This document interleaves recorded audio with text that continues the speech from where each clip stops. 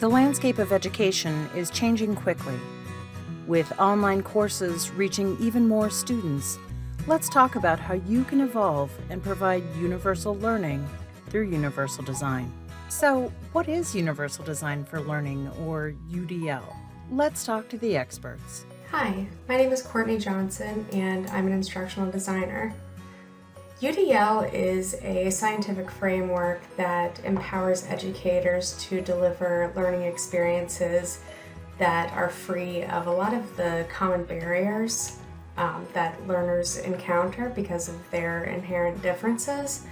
And this is all achieved through multiple means. The framework emphasizes the need to provide multiple means of engagement, which addresses the why of learning, multiple means of representation, which addresses the what, and multiple means of action and expression, which answers the how for learning.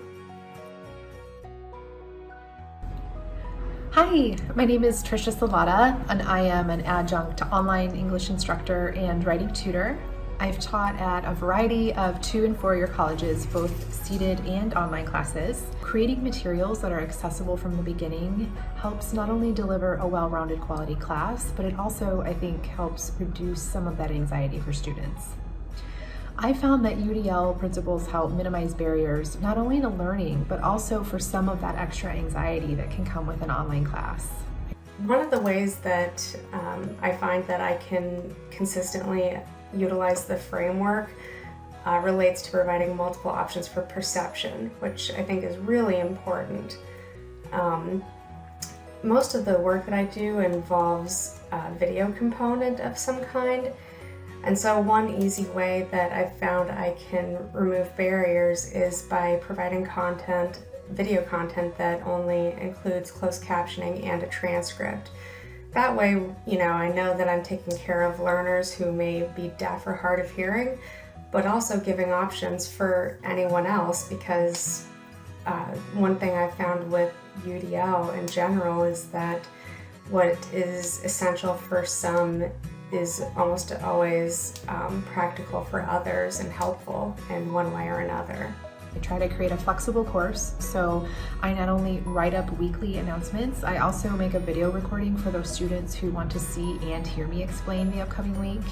I grade papers using Jing videos, so I'll go through and write all my comments in the margins with a summary at the end, and then make a quick recording of me talking through those comments with a student paper on the screen, so I can add additional context, explanation, or color to my feedback. Something else that I find that I can do pretty consistently and I know makes a difference for a lot of students is related to feedback. A lot of the work that I do involves writing auto-graded assessment items, because in this digital space, that's something that is used very commonly in higher ed and even generally. But if I know that I'm doing that and I have the opportunity to write feedback, I know that I'm giving options for sustaining effort and persistence, because the learners are getting the kind of feedback they need to stay engaged and confident during what might otherwise be a pretty demotivating activity in most courses.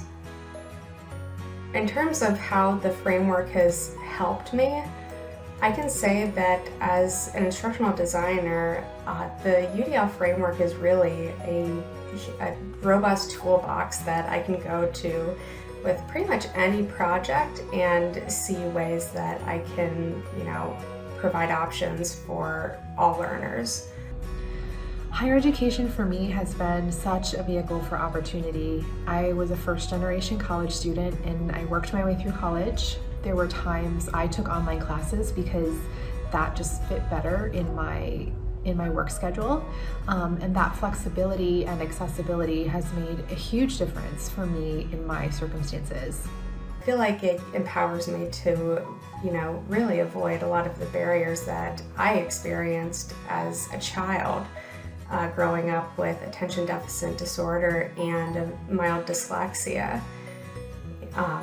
Growing up with those differences, really, a lot of the times I felt like, my teachers cared more about changing me than, really looking in the mirror, looking at their classroom, and even considering changing the environment.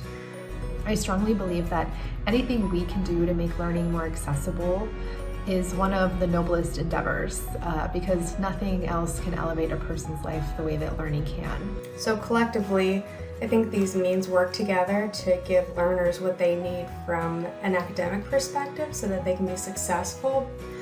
But more importantly, I really feel like the framework delivers a more inclusive learning experience because it not only welcomes learners because of their differences, but it really celebrates them because we're giving them what they need to be successful and, achieve their goals.